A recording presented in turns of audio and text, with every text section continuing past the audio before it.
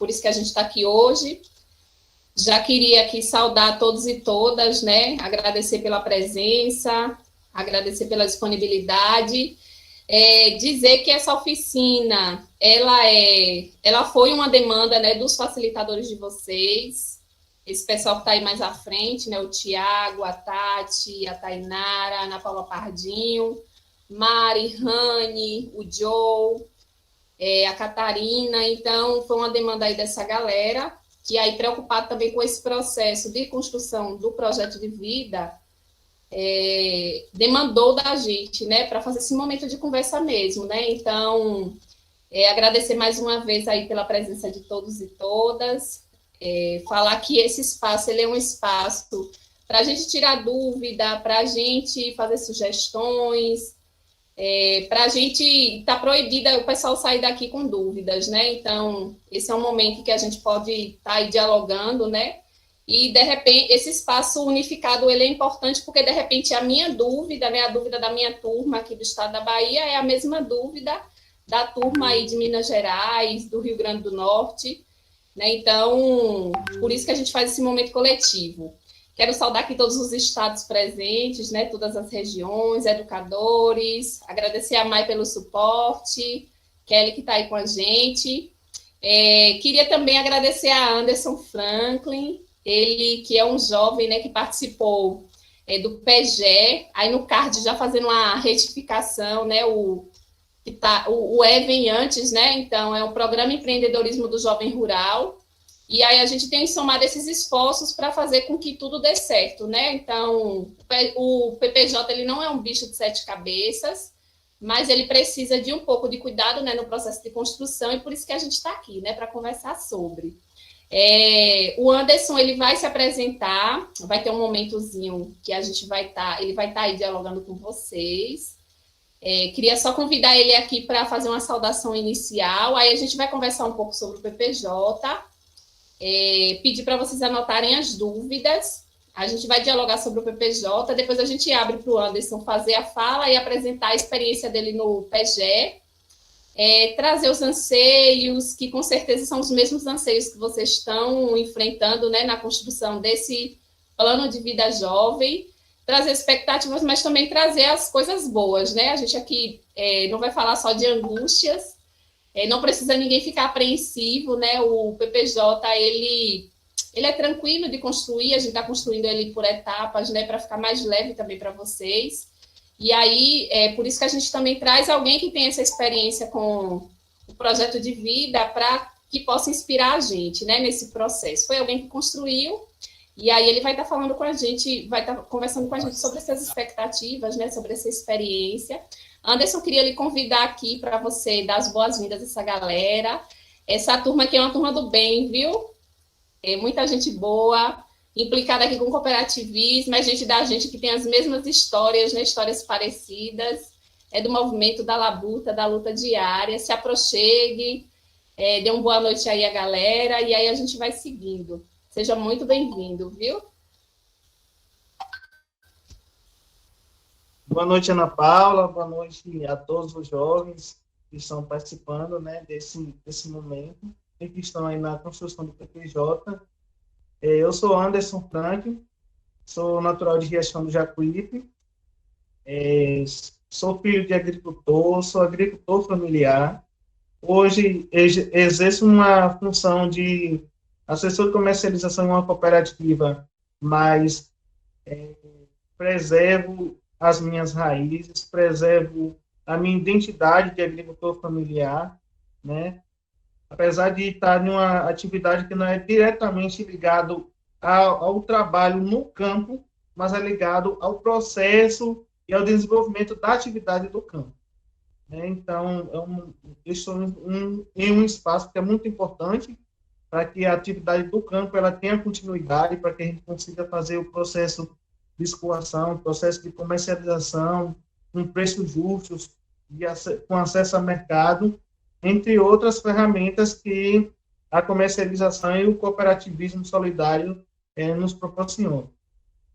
Conheço algumas figuras aqui, estou vendo Kelly ali da Unicapes, né, Estou vendo Kelly, estou vendo a Ana Paula, que me fez o convite. E é um prazer estar aqui com vocês, né? Essa noite para a gente bater esse papo.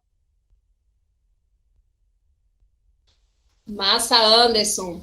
Boa noite a galerinha do bem aí que acabou de chegar.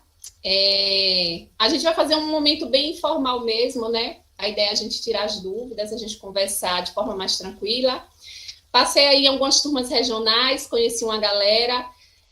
Outras turmas não tive tempo, né? Não deu tempo, vocês também não tiveram tempo da gente poder fazer essa prosa. E aí a gente, como a gente não fez ainda esse encontro em algumas regiões, a gente aproveita para fazer agora, né? É um momento rico, aproveitem para anotar todas as dúvidas, né?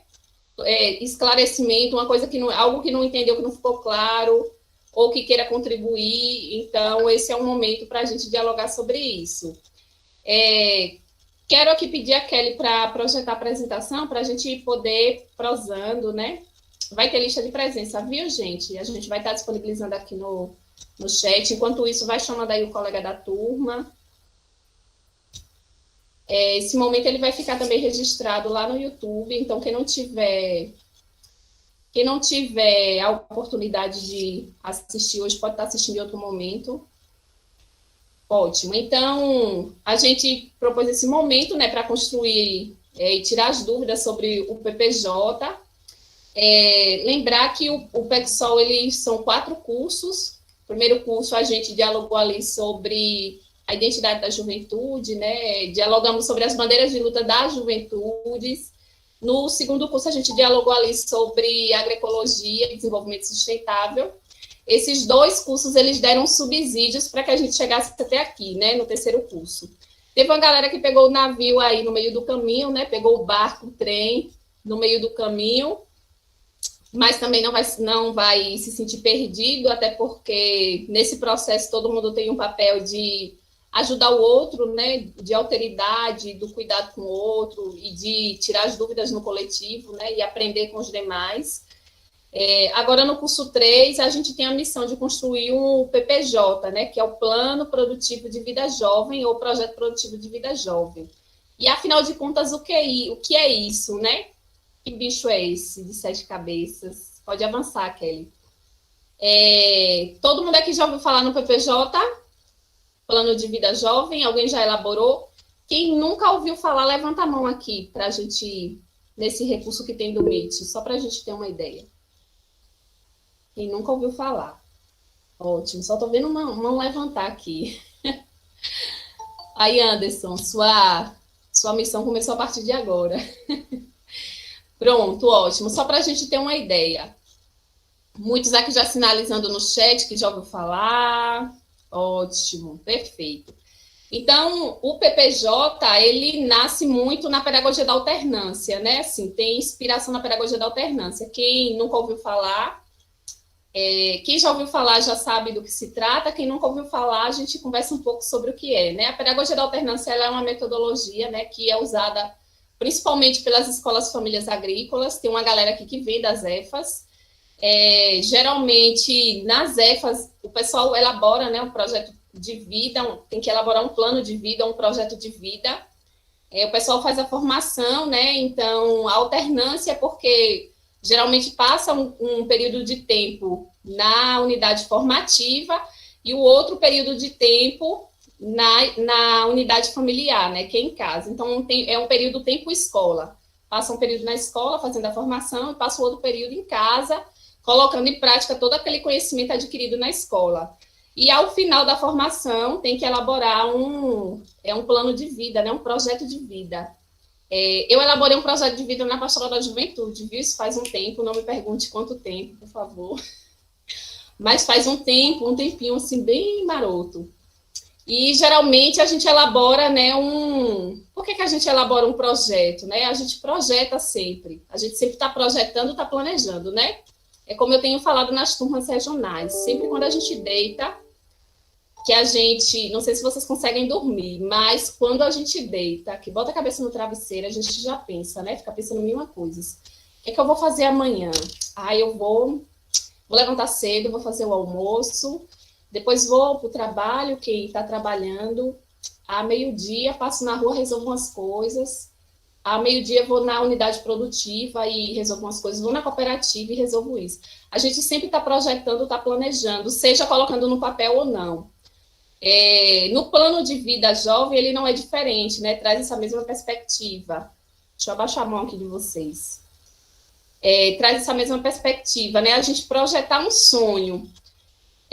Só que esse sonho aqui no PECSOL, ele é um sonho coletivo, né? Ele é um sonho que vocês precisam conversar, dialogar e entrar no consenso para ver qual é o sonho que essa turma, né, deseja, que sonho vocês têm sonhado para a comunidade de vocês, para a cooperativa de vocês. Nem todos os jovens estão inseridos em cooperativas.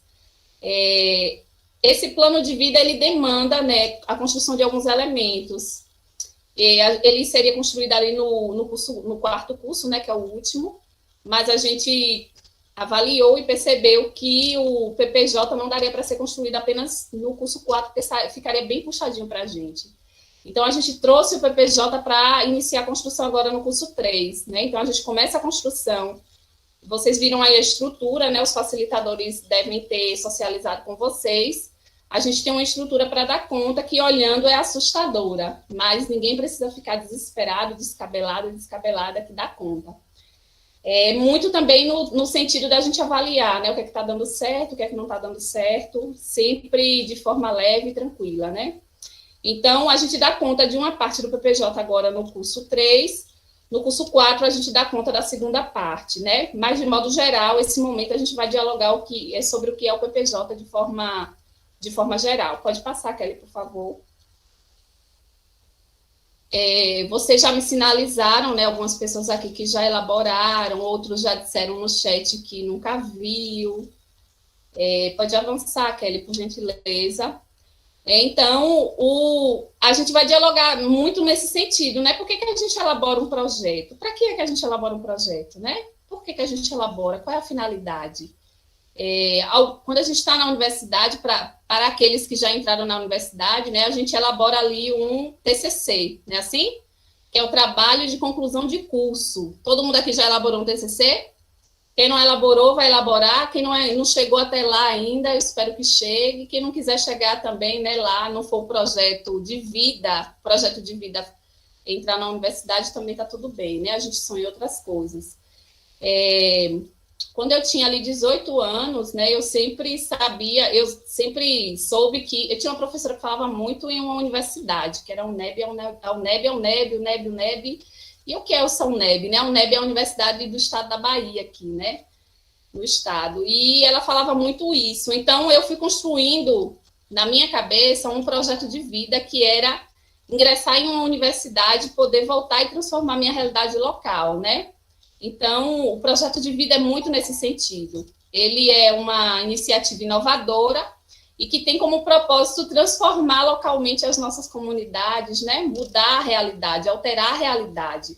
Então, ele precisa ter um impacto social, ele precisa dar resultados, né? A partir de uma questão-problema. Pode avançar, Kelly. E aí, Anderson, daqui a pouco, vai compartilhar um pouco da experiência dele. Eu lembro até hoje. Eu não vou dizer o nome do projeto de Anderson, não, que eu vou deixar para ele dizer. Ai, Anderson. Então, assim, o projeto, ele tem início, meio e fim. Os resultados, né, é diferente em algum aspecto. Então, nenhum projeto ele é igual, até porque, né, a gente... Se a turma, por exemplo, ali do Rio Grande do Norte escolher uma cooperativa de produção para elaborar um projeto, não vai alcançar os mesmos resultados que, por exemplo, o pessoal do grupo aqui da Bahia, né? Então, são resultados diferentes, apesar de ser o mesmo local, porque o contexto é outro, os aspectos são outros, né? Aspectos internos, aspectos externos. Ele é executado por pessoas, né? O projeto exige planejamento, né, execução, exige um controle também, e precisa de recursos, né, seja ele recursos financeiros, seja ele recursos didáticos, sejam recursos, de uma diversidade de recursos, né, recursos humanos. Pode avançar, Kelly. E aí a gente precisa entender que existe uma diversidade de projetos, né? Existe... O projeto que a gente elabora, por exemplo, na universidade, né, que é um trabalho de conclusão de curso. A gente também elabora aqui o trabalho de conclusão de curso, não é universidade, não é universidade, mas a gente faz uma adaptação para cá, né? Trabalho de conclusão de curso, que a gente elabora ali. Na universidade, geralmente, a gente elabora um plano de negócio, dependendo do curso, né?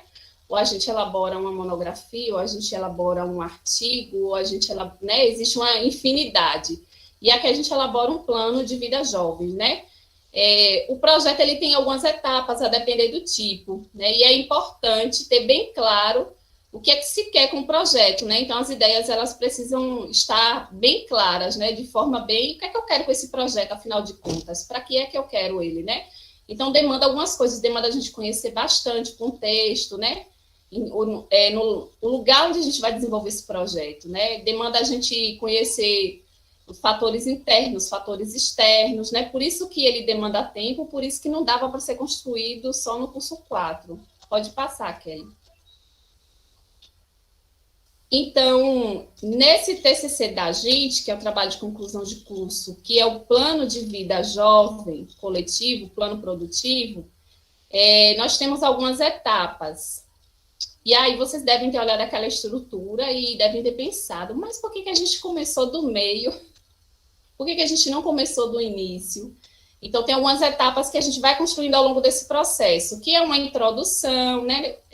Na introdução eu vou trazer, de modo geral, contextualizar sobre o meu projeto. A introdução, geralmente, é a última parte que a gente faz, né? Que é quando o projeto está todo prontinho, porque eu não tenho como fazer a introdução antes de desenvolver todos os elementos do projeto. Então, geralmente, a gente faz por último. Tem uma questão problema, né? Que é a problemática. Tem objetivos geral, específicos, tem justificativa, tem uma metodologia, na metodologia tem caracterização do locus, tem a localização e abrangência, tem aspectos políticos, sociais, culturais, né, em se tratando desse plano de vida, nessa estrutura que a gente socializou para vocês. Nas etapas da metodologia tem o diagnóstico, tem o planejamento e tem a execução e avaliação. No projeto, eu preciso sinalizar quais são os recursos utilizados e tem considerações finais. Pode avançar, Kelly. A gente vai conversar sobre cada um desses itens de forma bem breve, porque Anderson precisa compartilhar com vocês a experiência. A partir da fala de Anderson, eu tenho certeza que vai surgir alguns questionamentos, ideias, né, inspiração e tudo mais. Então, a questão problema é uma problemática, né? Eu não tenho como desenvolver uma ação onde não está precisando de uma intervenção. Então, eu preciso ter uma questão problema, né? Um problema central. Eu preciso identificar essa questão problema e, a partir disso, pensar uma ação para dar respostas factíveis para essa questão problema, né? Então, a gente orienta que vocês contextualizem nessa questão problema. E aí eu trouxe um exemplo aqui. Digamos que a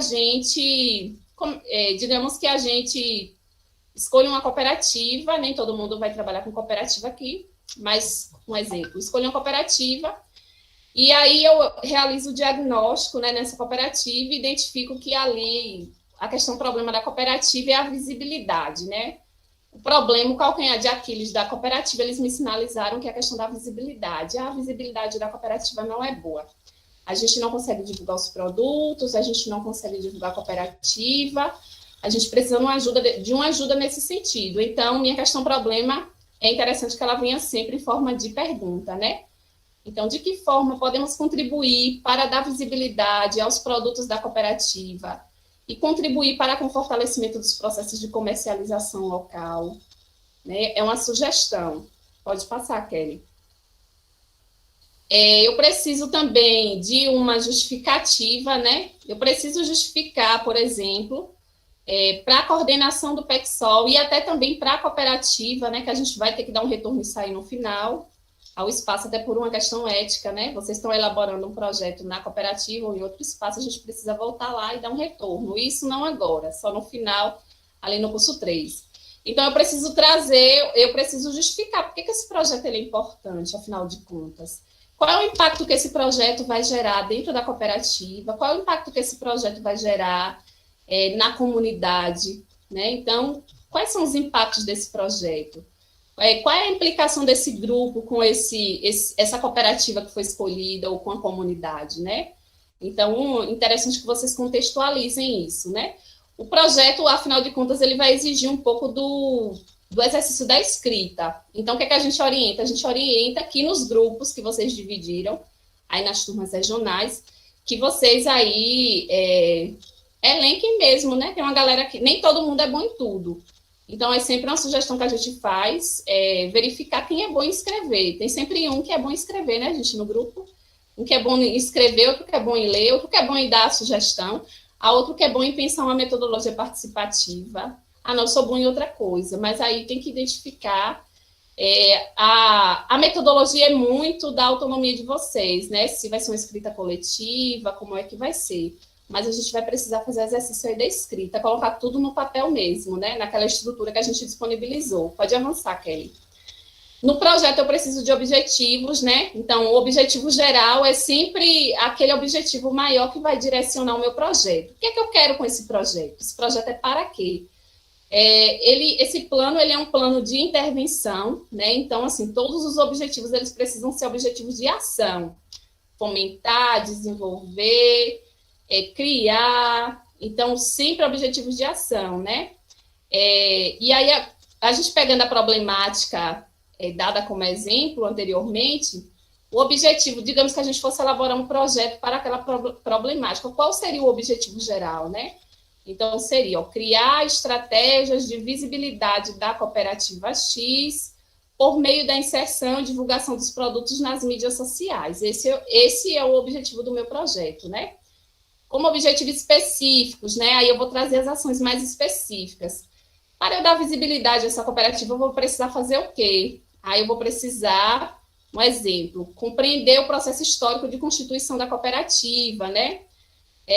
Eu preciso fazer um mapeamento dos produtos comercializados pela cooperativa.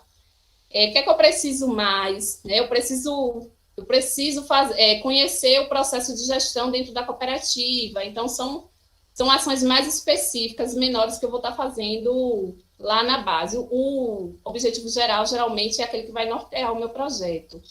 Pode avançar, Kelly. Gente, dúvidas pode interferir, viu? Fiquem à vontade. Não deixa passar, não. E aí, lá na estrutura do PPJ, a gente também pede que vocês façam a caracterização do locus investigado, porque, afinal de contas, a gente vai fazer a leitura do PPJ e a gente está aqui, a gente não conhece a realidade da cooperativa, né? Então, assim, vocês precisam trazer na escrita uma forma de que quem vai ler, né, que o leitor que faça a leitura aí do projeto de vocês compreenda. O que é essa cooperativa? Como é que ela foi fundada? Né? Eu sou curiosa, quando eu vou ler os projetos, eu quero entender tudo. Como foi que essa cooperativa foi fundada? O que é essa cooperativa, afinal de contas? O que é que ela comercializa? Qual é o ramo dela? Como é o processo de gestão?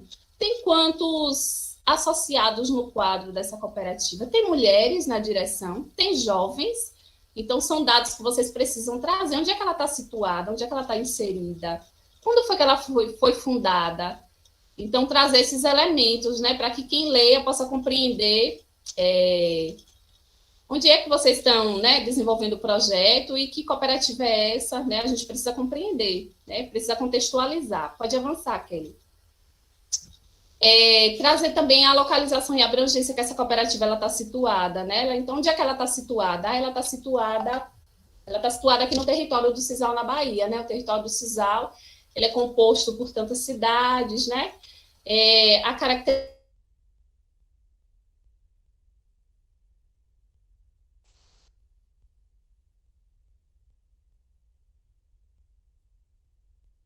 políticos, sociais. Então, quem vai precisa entender qual é o contexto que essa cooperativa está inserida, né?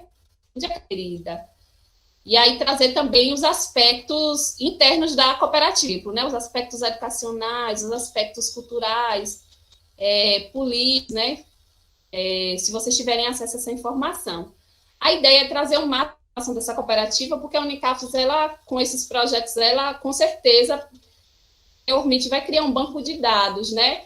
E nesse banco de dados tem que ter informações necessárias que essas informações elas fiquem guardadas, né, depois catalogadas, até porque depois que finalizar o PECSOL, né, tem intenções de divulgando esses materiais. Então, assim, é bacana a gente sistematizar isso depois, né, transformar em uma coletânea, não sei, são ideias também, até também para colocar a coordenação, né? Kelly, por favor.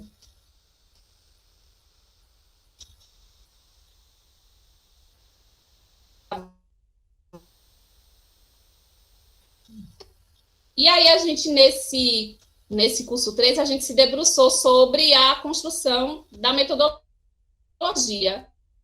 Se vocês olharem lá, a metodologia que começa, né, primeiro pelo... Mas aqui a gente nós iniciamos no curso, nesse módulo 1, pelo diagnóstico, porque o diagnóstico ele é o ponto de partida, né? Ele é o ponto de partida. Eu não tenho como elaborar um projeto sem saber onde eu vou elaborar e sem entender sobre o que é que eu vou fazer. Então, eu preciso fazer um diagnóstico. Quando a gente vai no médico, que o médico ele passa o diagnóstico, questionamentos, né? Assim, para entender que doença a gente tem. Então, mesma coisa, a meta seria no espaço onde a gente vai aplicar o PPJ, né? Na cooperativa, por exemplo, eu preciso ir lá verificar que é esse, né? Que cooperativa é essa, que espaço é esse, e compreender, conversar. Então, vocês aí já escolheram uma ferramenta, alguns escolheram a matriz fofa, bem articulado. A matriz fofa, outros escolheram a árvore dos problemas, outros fizeram um formulário, né? E aí tentaram compreender qual era a fragilidade principal da cooperativa. E a partir disso é que começa todo o processo. Porque se eu já identificar a fragilidade, aí já fica tranquilo também pensar com eles um planejamento e depois a execução. Então, o diagnóstico é o ponto de partida. Módulo 2, né, nós pensamos, algumas turmas regionais já fizeram, né, o plano de ação, elaboraram o plano de ação. E aí agora a gente vai, nesse módulo 3, a gente vai se debruçar sobre o tema, né? A gente precisa pensar, a gente está desafiando vocês a pensar um tema criativo para o PPJ. E pensar também os objetivos, porque aí já está muito claro, né? Depois do diagnóstico, aí já é uma luz no fundo do túnel, né? Depois que a gente elabora o diagnóstico e pensa a ação, já fica tudo mais tranquilo para elaborar.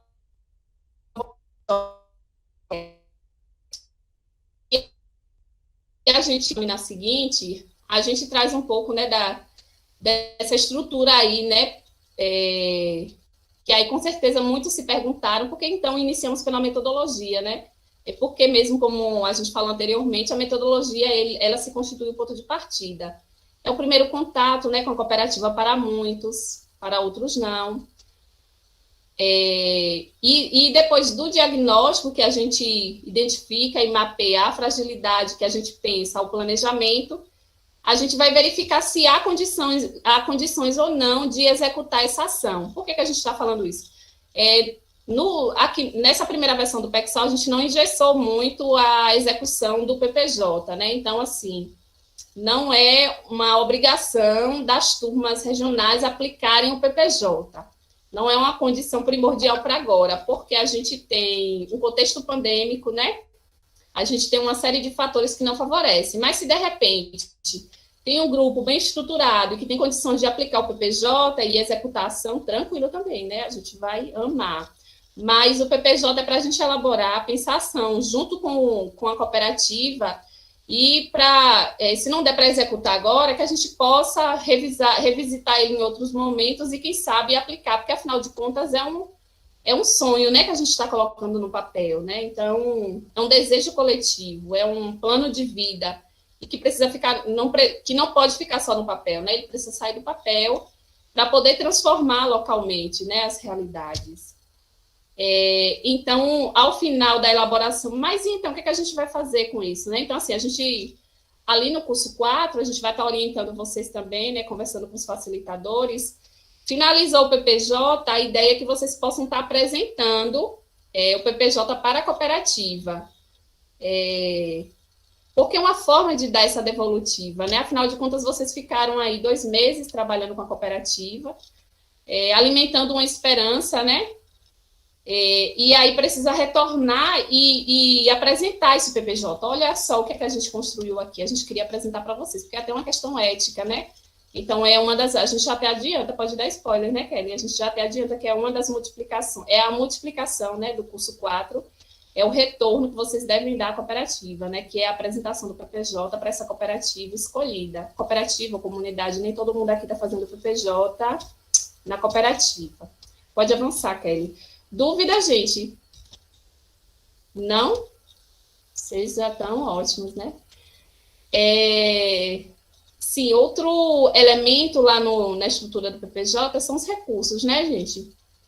Tem projeto que ele vai demandar recursos financeiros. E aí, Paula, o que é que faz? Então, a gente tem conversado o seguinte, assim, o PPJ a gente não precisa tirar do nosso bolso. O que é que eu tenho? Rio Grande do Norte mesmo, a gente está conversando, não foi, Rani? É até uma possibilidade também, a turma de Santa Catarina, aí de Joe, seria uma possibilidade, né? Tem projetos que eles fogem muito da alçada, né? Principalmente financeira da gente. É bom lembrar que esse é um projeto coletivo, né? A gente pode também estar tentando dialogar com entidades parceiras, né? Com parceiros nas comunidades, ou no estado, ou no município, e tentando dialogar e apresentar. Olha, a gente elaborou aqui no PETSOL um PPJ, e aí a gente precisa, né? A gente precisa implementar eles. Será que essa entidade são entidades parceiras, gente? É importante lembrar. Tem entidades que a gente pode contar, né? Que são universidades, que não precisa contar necessariamente com recurso financeiro, mas de repente é um curso que a gente quer, né? Uma oficina que a gente quer ofertar, e a universidade ela tem essa condição, porque tem o tripé, ensino, pesquisa e extensão, tem extensão ali na universidade, então, como ela tem que dar um retorno social para a sociedade, de repente até para ela uma possibilidade, né? Então, assim, a gente que demanda um curso aqui sobre não sei, sobre comercialização, né, otimização da produção, e a gente não tem quem oferte esse curso. Será que a universidade teria um professor? Então, assim, eu acho bacana que o PPJ, se tiver essa possibilidade, pode estar contando com parceiros, né? Ou, de repente, outra entidade ali parceira, né, que pode estar colaborando também. E aí vocês precisam apontar aí, né, assim, recursos financeiros, se é recursos humanos que vai precisar, se é recurso didático que vai precisar, né? Então, faz uma tabelinha ali. E quem é bom nisso aí, né, vai mapeando o pessoal, quem é bom em quê, e vai dividindo e fazendo, elaborando de forma coletiva o PPJ. Pode passar, Kelly, a gente finaliza a última...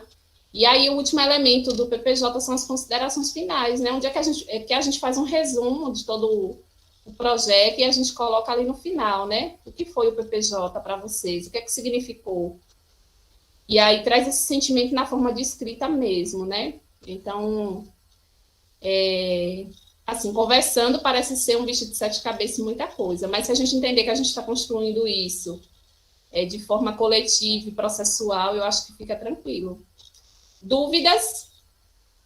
Não? Eu falo bem rápido, viu, gente? Não levem dúvidas para casa, não.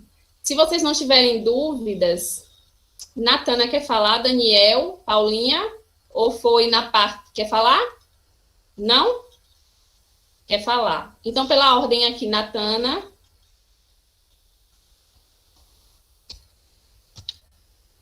Natana tá aí? Oi, eu levantei a mão aquela hora a respeito, acho que eu esqueci de abaixar a mão, né? A respeito da... se já tinha ouvido falar no PPJ, eu nunca ouvi. Aí aquela hora eu esqueci de tirar a mãozinha aqui, mas por enquanto tá tranquilo, estou fazendo as anotações aqui. Show de bola. Paulinha? Paula, gente, boa noite. Desculpa aí pelo atraso aí, mas a queda da energia hoje foi demais. Mas assim, eu queria dialogar com relação, eu não sei se você chegou a mencionar, mas eu não ouvi, com relação à carta de recomendações. Essa carta de recomendações, inclusive, foi um dos jovens que mencionou. Ele nem está aqui, acho que por conta também da queda de energia, que está muito aqui caindo demais. Mas, enfim, ele disse assim, a carta de recomendações, Na justificativa, ela já acaba sendo uma carta de recomendações. Então, ele diz que seria justo retirar, se poderia estar retirando essa parte, porque na justificativa tem que justificar o porquê, né, daquele, qual os benefícios que traz para a cooperativa, enfim. Aí ele questionou isso, a possibilidade de poder ser retirada, que ele está vendo, a questão dele, ele está vendo que a carta de recomendação não está tendo fundamento dentro do trabalho, viu? Aí, se você puder fazer um apanhado referente a isso aí. Viu, Matheus? Eu disponibilizo, sim, os slides no grupo, viu, gente? Vocês são demais, né? Mas é isso, né? Aquela estrutura, ela não é engessada, né? Deixar bem claro que a gente está... É um projeto piloto que a gente está experimentando e a gente vê o que é que dá certo, o que é que não dá, né? Então, por isso que a gente pede que vocês fiquem bem tranquilos, bem tranquilas, que vai dar tudo certo. Sobre a carta de recomendações, Paulinha, a gente pode estar reavaliando isso, sim, né? De fato, aí a justificativa já traz uma série, né, de elementos que contempla, né? Ali a carta a gente pensou muito para recomendar, né? Porque, assim, é um projeto que está sendo... É uma ação que está sendo recomendada para a cooperativa, e aí vocês vão justificar por que vocês estão recomendando aquela ação e tudo mais. Mas também não é engessado, né? Se o grupo entender, aí a gente pode acordar aqui, né? Se a gente retira e deixa só a justificativa, então é bem tranquilo. Outra coisa que foi mencionada também dentro desse grupo é a questão dessa justificativa ser deixada eles estão deixando para o final. Por ser uma questão, assim, que é mais minucioso, é algo mais que você tem que trabalhar, assim, olha, eu estou convencendo que o meu trabalho ele é viável para a cooperativa e tal. Então, por ser algo bem minucioso, aí estão deixando para o final, por exemplo, na hora que for entregar o trabalho final. Eu não sei se... A gente deixou ele no final mesmo, tá no curso 4. Tá? Tá, ele não é para o 3, não. No 3... É porque para mim eu tinha visto lá que era para ser entregado também. Mas acho que eu interpretei errado. Não, repare só. A gente fez módulo 1, o diagnóstico, não foi? Vocês escolheram a cooperativa, escolheram a ferramenta e aplicaram o diagnóstico. Sim. Módulo 2, a gente fez a sistematização dos dados do diagnóstico e aí planejou conjuntamente uma ação. Isso. Módulo 3, agora a gente vai construir os objetivos, né? E pensar o tema, a problemática, a questão problema, e a justificativa está lá para o curso 4 mesmo. Tá. Seria módulo 1 e 2 ali, para dar conta dos outros elementos, porque no módulo 3 tem a multiplicação que vocês vão estar apresentando o PPJ para a cooperativa. Tá. Viu? Certo. Tranquilo? Outra coisa, gente, a gente está sugerindo que como é uma construção coletiva, a gente está sugerindo que o pessoal crie um e-mail e aí lance lá no Google Drive o arquivo, porque aí vocês vão alimentando e salva lá e não perde, ninguém perde. Já pensou se perder esse arquivo? Não perde o arquivo. Então, aí cada um, né, vai colocando suas contribuições lá, porque no final vocês têm que entregar aquela estrutura ali, né, bonitinha. Pense em um tema bem criativo, bem lindo, viu? Bem poético, né, Kelly, que a gente gosta dessas coisas. Mais alguma coisa, gente? Estou preocupada com o horário. Se não, a gente chama aqui o Anderson. Conheci Anderson no PGE, né, o Programa Empreendedorismo do Jovem Rural, fiz minha monografia sobre juventude rural, e essa turma aí que se reunia nesse negócio de pedagogia da alternância, menino, passava 15 dias lá na unidade formativa e 15 dias em casa, e eu sem entender nada, que negócio é esse? E aí foi um negócio bem bacana. No final, eles tinham que construir um plano de vida jovem, e aí eu ia fazer minhas entrevistas, todo mundo descabelado, com o olho desse tamanho, eu sem entender nada, o que, gente, que está acontecendo aqui? E eles me disseram, não é porque a gente tem que construir um plano de vida, mas no final deu tudo certo, né? E no final saiu cada um mais lindo que o outro, né? Eu posso até estar socializando isso, até para inspirar a gente também, né? Os temas dos projetos do pessoal. O de Anderson, eu vou deixar para ele falar o nome do projeto dele, mas Anderson foi um dos jovens que me marcou muito no PGE, ele, Kel também fez o plano de vida, Gildete, que tem o material de Gildete lá na plataforma, E ele dizia, eu lembro de uma fala dele na minha monografia, né, que Anderson falava, o PG mudou a minha vida, né? Antes de perguntar à minha mãe o que era semiárido, ela não sabia dizer. Agora ela sabe, né? Ela dá até aula sobre o que é semiárido. E eu trago essa fala para a gente perceber que assim, o plano de vida, o projeto de vida deles não foi só para eles, né? Então, eles fizeram um estudo de viabilidade econômica, social na comunidade, envolveu a família toda, né, na construção desse projeto. E Anderson foi para a formação, mas assim, a família dele, de alguma forma, também participava da formação, porque ele passava um tempo na unidade formativa, outro tempo em casa, não era Anderson?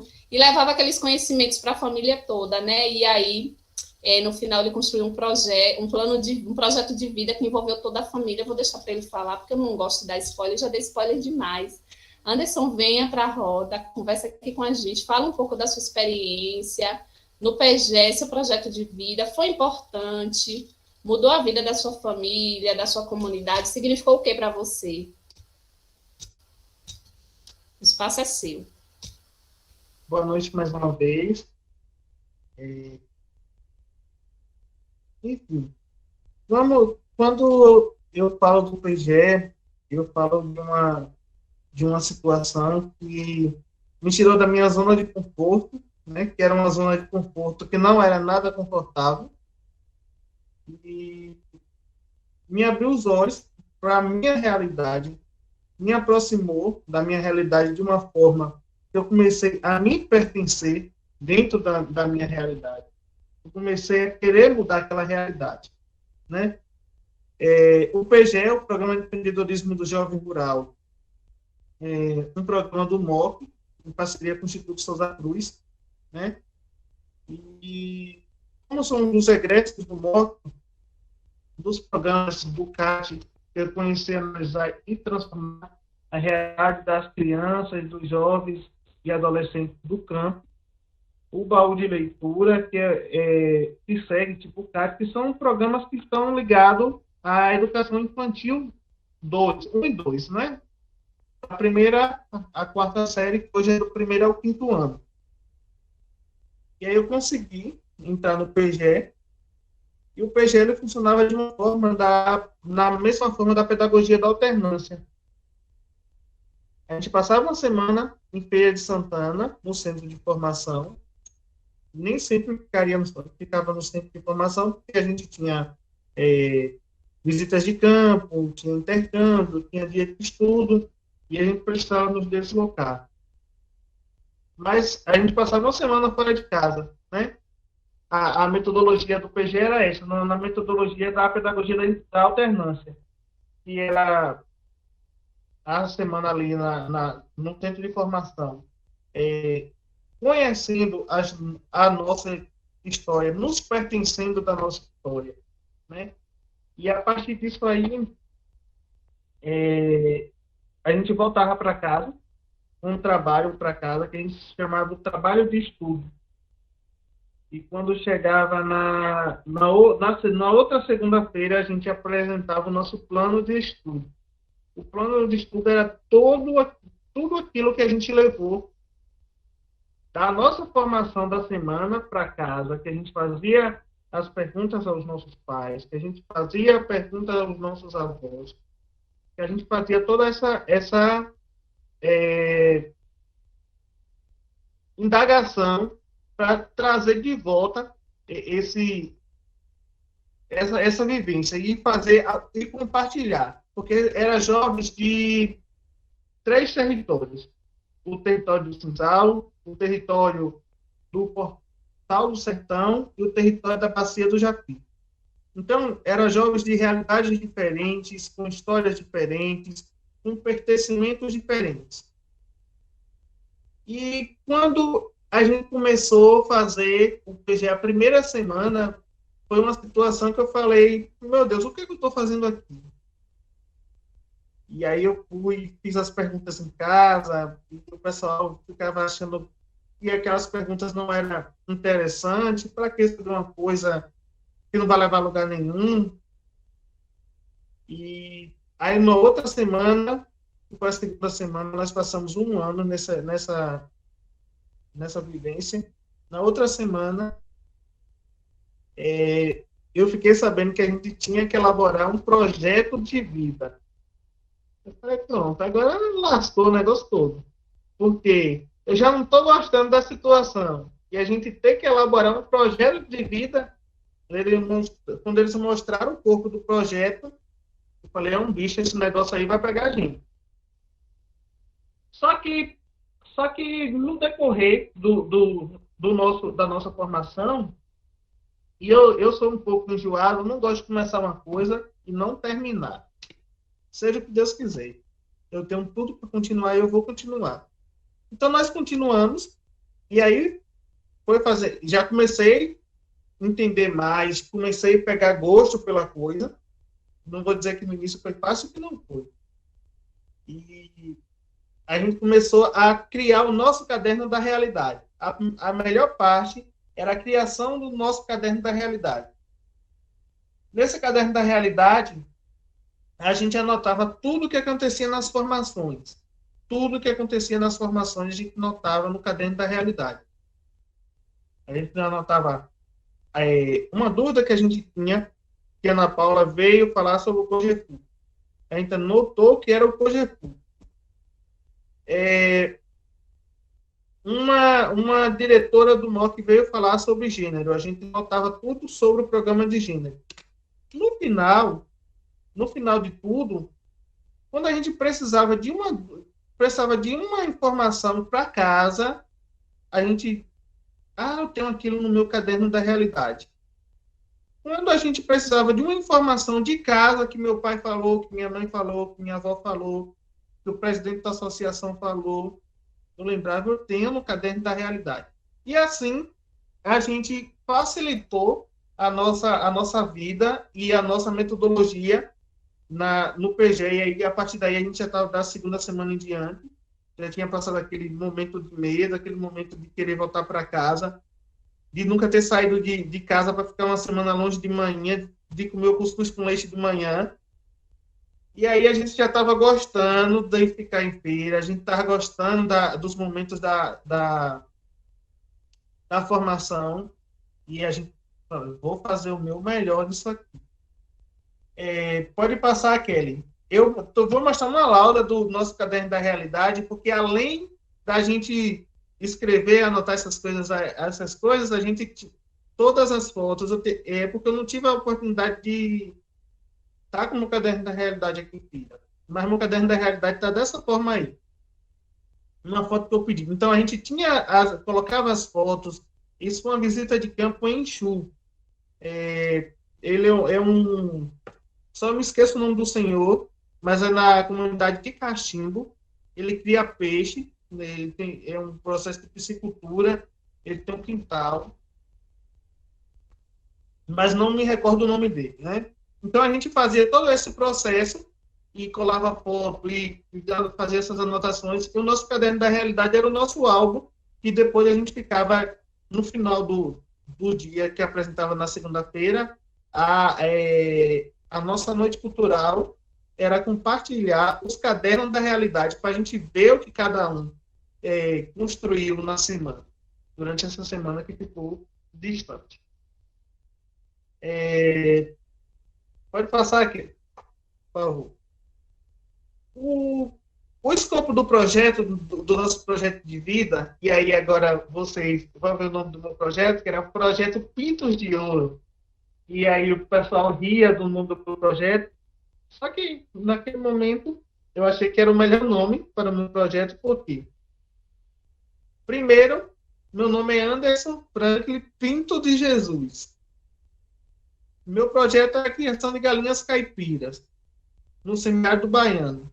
Então, eu vou valorizar meu nome e aliar com a minha atividade. Eu coloquei o nome Pintos de Ouro.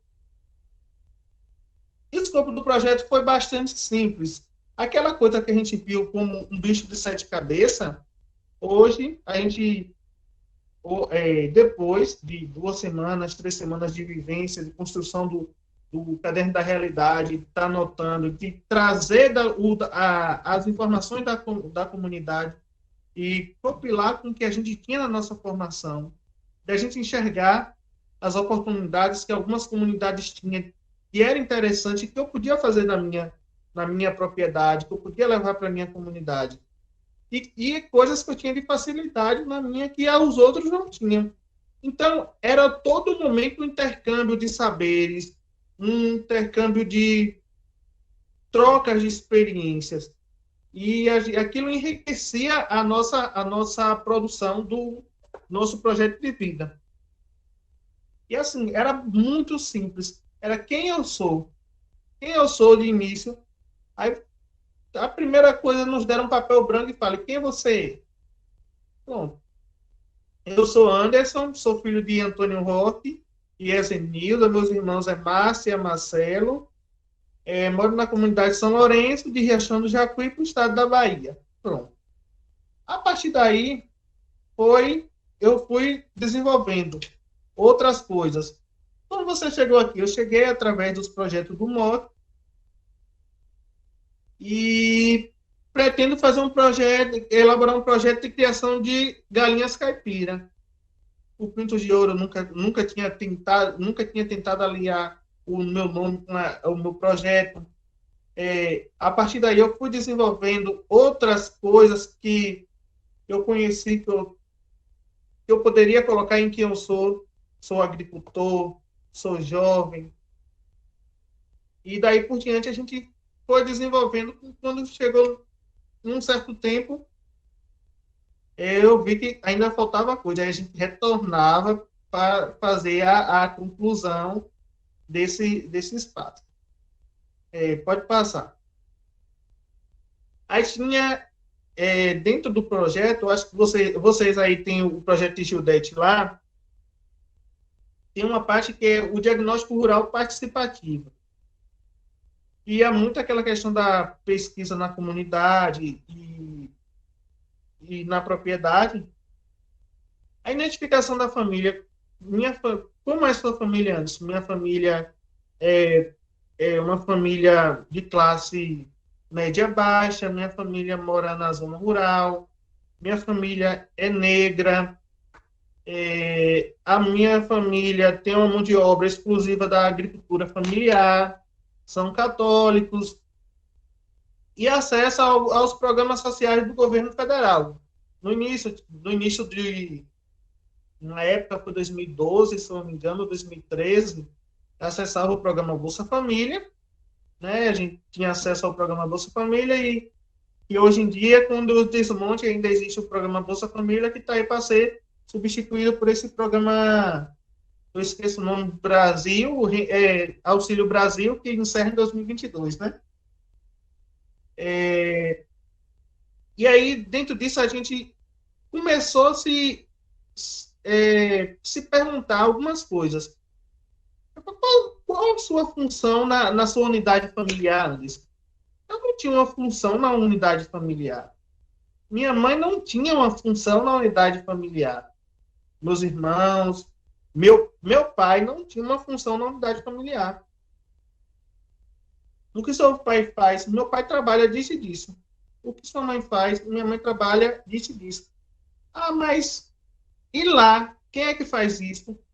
Quem é que planta? Todo mundo.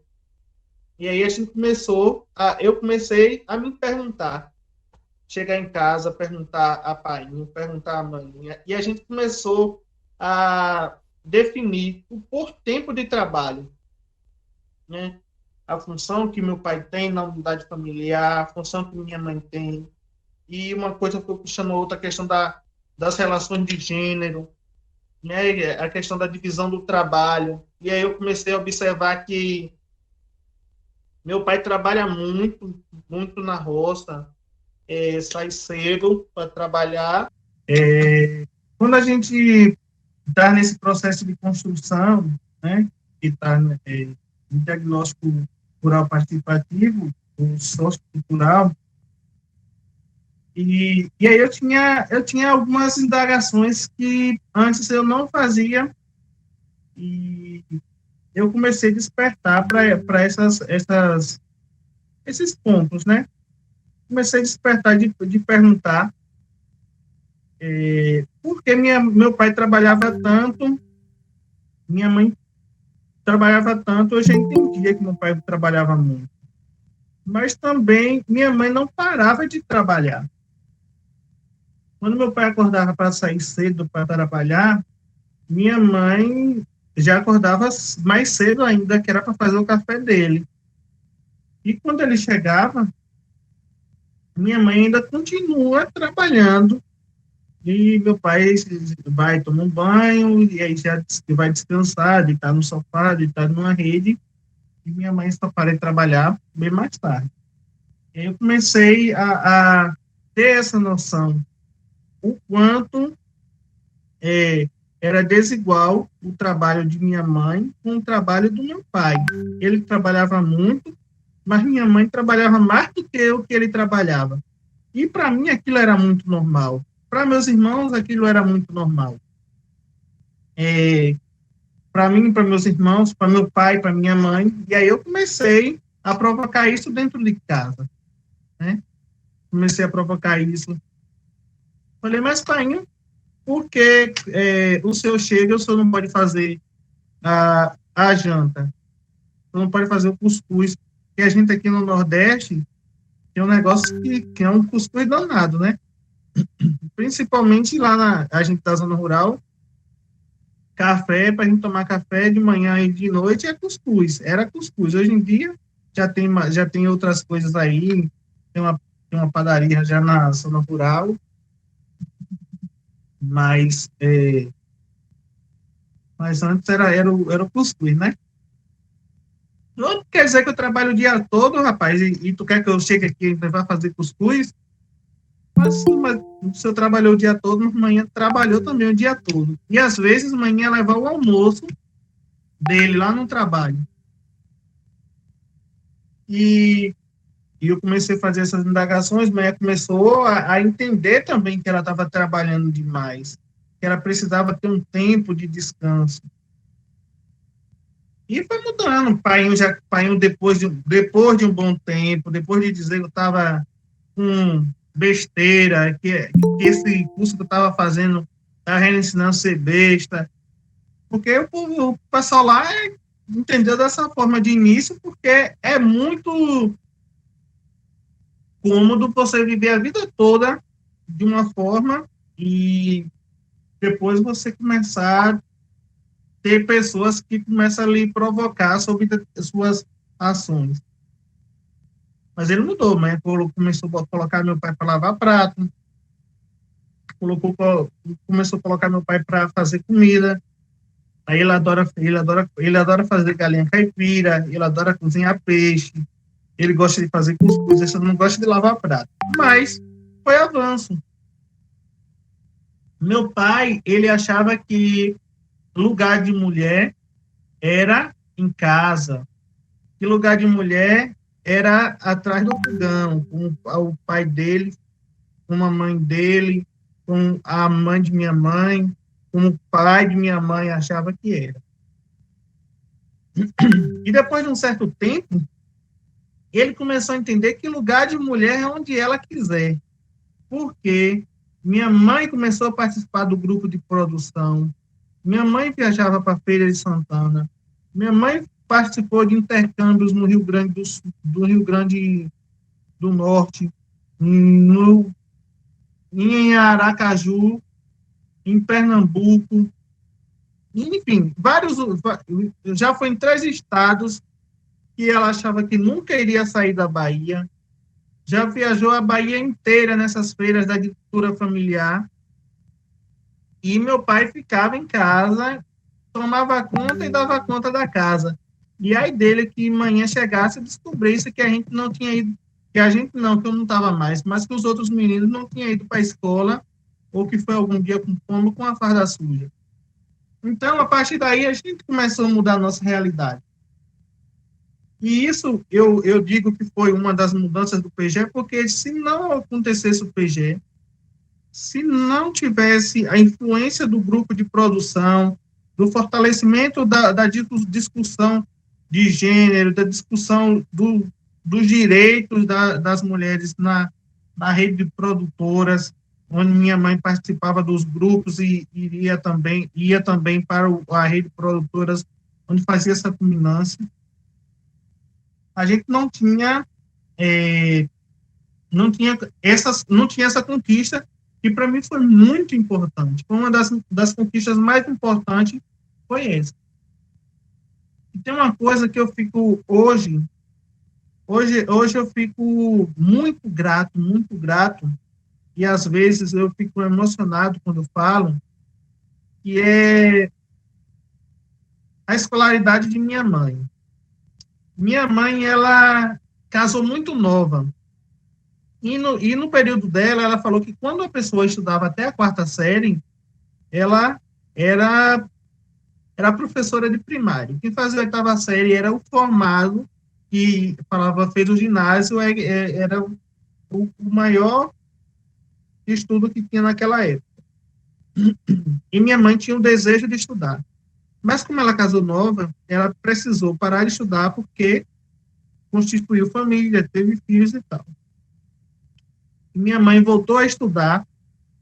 Minha mãe concluiu o ensino fundamental. Minha mãe concluiu o ensino médio. E hoje ela pensa em fazer uma faculdade. Não começou ainda, por estar na zona rural e lá não ter acesso à internet. Não tinha, e agora já tem. Ela falou que vai fazer uma faculdade à distância. Ela quer ter o nível superior dela. Então, uma das maiores conquistas foi esse pertencimento, essa autoestima de minha mãe, que a partir do PG, a partir das provocações que nós levamos, que ela começou a desenvolver, e que meu pai também começou a aceitar, né? Voltando cá para a dimensão técnica produtiva, a dimensão técnica produtiva, gente, está no sociocultural, né? Pode passar pela questão do projeto de vida.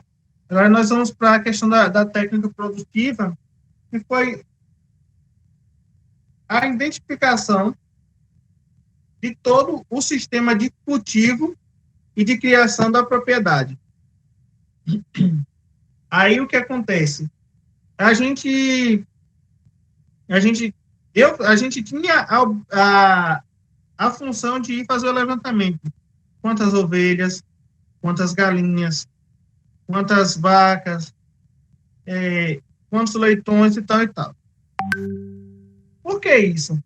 Quanto plantava de milho, quanto plantava de feijão, se plantava de sequeiro, se plantava de irrigação, quais eram os tipos da cultura.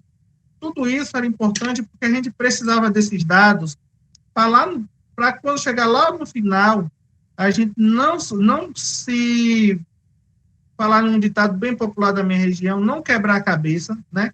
Não esquentar muito a cabeça na montagem do projeto. E para quem quer financiamento, hoje o banco precisa de garantias. E as garantias, hoje, isso aqui está muito presente na DAP. Essa dimensão técnica produtiva está muito presente na DAP.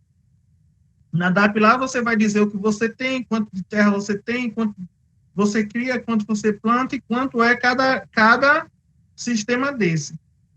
E na dimensão técnica produtiva do projeto era dessa forma. E lá na minha família, a gente tinha de cada animal, a gente tinha um pouco. E quando a gente foi fazer a dimensão técnica produtiva, eu falei, a gente não tem esse tanto de dinheiro, não. Tá errado aí, tem alguma coisa errada aí. E quando a gente sentou novamente com o técnico, que ele foi fazer aqui, acompanhar o projeto de vida de cada um, falou, tem, Anderson, vocês têm esse dinheiro todo. Eu falei, vixe, tem, Tá bom, não sabia, não. Além disso, a gente faz o levantamento da produção, né? Essa nossa produção, o que ela era feita? A gente vendia no mercado convencional, para atravessadores, em feira agroecológica, e aí a gente percebeu que a gente vendia muito, comercializava muito no atravessador. Aquele que passa lá na porta da gente, comprava na perna, né? Eu olhava assim, tá dá 3 arroba. A gente precisando do dinheiro, vendia, quando ele chegar que pesava, dava 4, 5, 6 arroba. E ainda comprava por um preço que não era justo. Então, a gente foi criando a maturidade de entender que todo aquele serviço, toda aquela mão de obra que a gente tinha para plantar o milho, para plantar o feijão, a abóbora, para criar o porco, a galinha, a ovelha, o que fosse, aquilo era dinheiro. E quando a gente vendia assim, não, mas eu vou vender. Às vezes vendia assim, não, eu vou vender porque eu crio aí, não estou gastando nada. Está gastando sim. A gente gastava tempo. E a gente não colocava na ponta do lápis o que a gente tinha de tempo, o que a gente tinha de ração, comprava de ração. Porque às vezes não comprava porque tinha de roça, mas é dinheiro. Então a gente começou a botar na ponta do lápis e comecei a mostrar isso ao meu pai. E eu mostrava e todos os outros que faziam o PG apresentavam. E aí os pais começaram a gostar do PG. Meu pai já começou a ficar curioso. E aí, foi o que tu descobriu dessa vez? Né? Quando tu chegava em casa na outra semana. Foi o que tu descobriu dessa vez? Vem cá me contar. Aí a gente, naquela época, a gente ainda tinha um costume ainda de ficar do lado de fora, sentado do lado de fora, como diz o ditado popular, para frescar, né? Aqui faz um calor retado no final de ano. E aí a gente sentava e ia explicar a situação, como que foi que aprendi, como era e tal. E ele ficava encantado como o nosso trabalho simples, com pouco tempo, o dia de domingo que ele deixava de sair para ir no futebol, para plantar, para fazer uma cerca, que a gente estava ali junto com ele, quanto aquilo custava. Porque ali eu colocava a diária de todo mundo, né? A gente fazia a base da diária e colocava. Eu falei, rapaz, mas isso é verdade mesmo, porque se eu fosse pagar para fazer isso, eu tinha que pagar isso aqui. E aí, essa era uma das metodologias do PGE, que era aproximar o curso da nossa realidade e da realidade dos nossos pais, para que eles pudessem entender também. E, a partir daí, a gente começava a entender a nossa propriedade, a gente começava a entender os custos que teria o projeto, os custos que teria a nossa criação, a implementação do nosso projeto na propriedade. Só que, para isso, para implementar o projeto, você precisa de um espaço. E esse espaço você precisa conhecer. Se eu vou fazer a minha questão era um galinheiro, né? Mas tinha pessoas que tinham criação de ovelhas. Como é que eu vou criar ovelhas se eu não conheço o pasto? Se eu não sei se tem um tanque, se eu não sei se tem cerca boa. Um tanque, pessoal, é um reservatório de águas, caso tenha pessoas de outras regiões que não né? Entenda por outro nome, um poço, um reservatório de água. Então, a gente precisa entender que na nossa região tem muito cachorro que tem ovelha. Então, a gente precisa saber que tem uma cerca boa, que os cachorros não vai passar cachorro. No meu caso, minha casa é de frente a uma caatinga enorme, tem mais de 200 terras de caatinga de frente à minha casa. Então, tem muita raposa.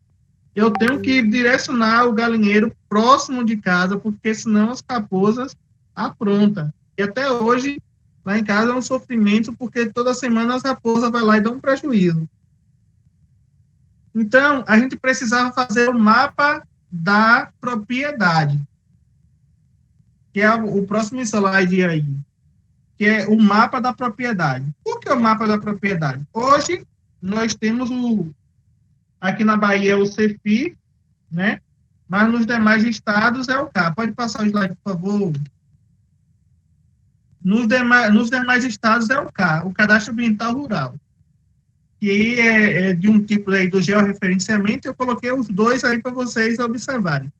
Só que o nosso CEFI, o nosso CAR, era diferente. Era esse desenho bonitinho aí, que a gente coloria e queria um fazer mais bonito que o outro e tal, e tal, e tal. Mas a gente especificava cada segmento que iríamos usar no nosso projeto, a nossa casa, por onde ia passar uma estrada, onde teria um curral, enfim. Eu coloquei essas imagens ilustrativas aí para que vocês entendessem mais ou menos como era o nosso mapa da propriedade, que é para que a gente conheça onde o projeto será implantado e quanto a gente vai precisar de espaço, se for um projeto que for precisar de terra, vai precisar de quanto, for precisar de um exemplo de um imóvel, vai precisar de um imóvel com quantas divisórias, que foi a questão do pessoal que fez projetos de lan house, no momento não tinha esse acesso à internet pelo telefone, então era muita lan house, teve projetos de lan house, como é, isso aí, projeto de jovem empreendedor rural que coloca uma lan house na comunidade. A gente pensava na questão, fez um estudo de viabilidade, que eu vou falar lá na frente, e lá identificou que uma das dificuldades e das necessidades dos jovens daquela comunidade era o acesso à internet. Então, que hoje ainda nós temos uma grande dificuldade com o acesso à internet, e tivemos vários problemas agora com a pandemia, na questão da educação, porque vários jovens ficaram sem acesso à internet para ter aulas online, pessoas da zona rural, principalmente.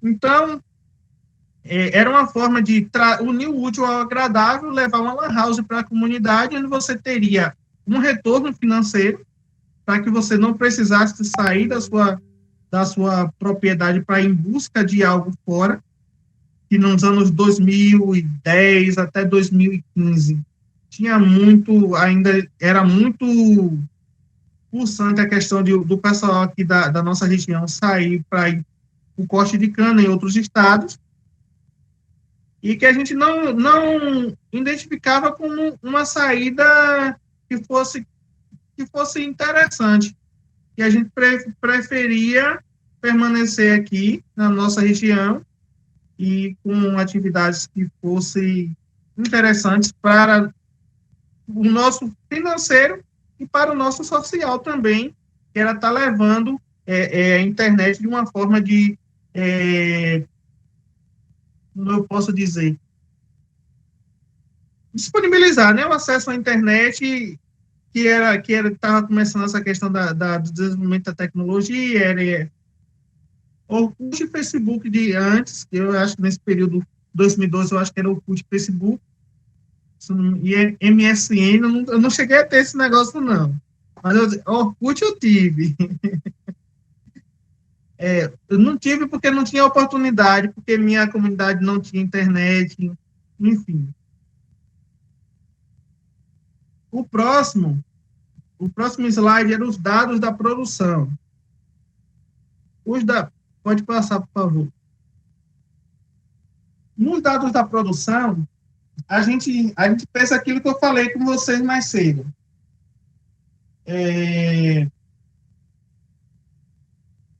A gente contabilizou tudo que existia de pecuária, de agricultura, dos recursos físicos, de máquinas e equipamentos, se a máquina era de aluguel, se a máquina era própria, ano de fabricação, o estado de uso, a depreciação, tudo isso foi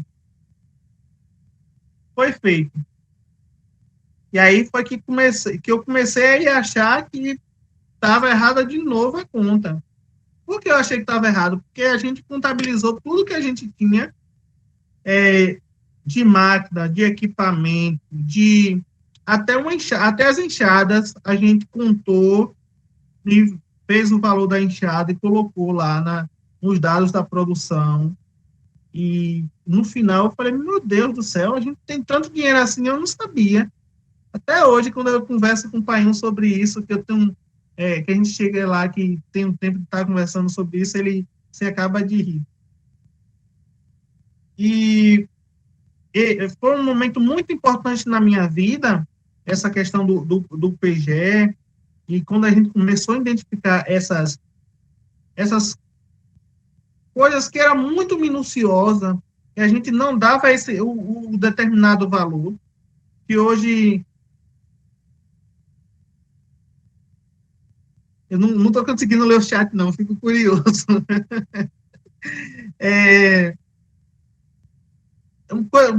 Era uma coisa muito minuciosa que a gente não conseguia enxergar e que, às vezes, a gente nos deixava apequenar, né? E a partir do PGE, a partir de ter o conhecimento da nossa dimensão técnica produtiva, a partir de ter o conhecimento dos nossos dados de produção, era pouca coisa, não é pouca coisa, não, nada me deixava mais apequenar. Eu falava para a minha família, gente, nós somos capazes. Tem pessoas que têm propriedades menores que a gente consegue produzir. Tem pessoas que têm uma situação hídrica pior do que a nossa e consegue produzir. Então, nós temos duas coisas que é importante. Nós temos a coragem, nós temos a propriedade e nós vamos colocar o projeto para andar. Só que lá em casa o pessoal nunca gostou da questão do projeto de criação de galinhas. É a partir de mim que meu pai, mas minha mãe foi aceitando, foi entendendo, eu comecei a fazer conta e mostrar a eles que era muito mais fácil eu criar galinha e dar água à galinha no período da seca do que criar a vaca e dar água a uma vaca no período da seca. Eu comecei a fazer a conta com as ovelhas. O que uma vaca bebe e o que 10 ovelhas bebem. Aí depois eu peguei e transformei tudo isso nas galinhas e consegui convencer eles. O próximo slide, que são todas as receitas da unidade familiar, né? São as receitas. Pode passar para o próximo, por favor. Nós pegamos todas as receitas, todas as entradas e todas as saídas, né, da unidade familiar. Inclusive, a gente colocou na ponta do lápis aquela questão do consumo da família, que poucos agricultores familiares fazem isso. Eu vou falar, eu não compro feijão, minha família nunca comprou feijão, agora não. Até 2010, minha família não comprava feijão e não comprava farinha. Porque produzia o feijão, produzia farinha e produzia o milho. O milho, a gente guardava o milho para consumo dos animais e para o nosso consumo.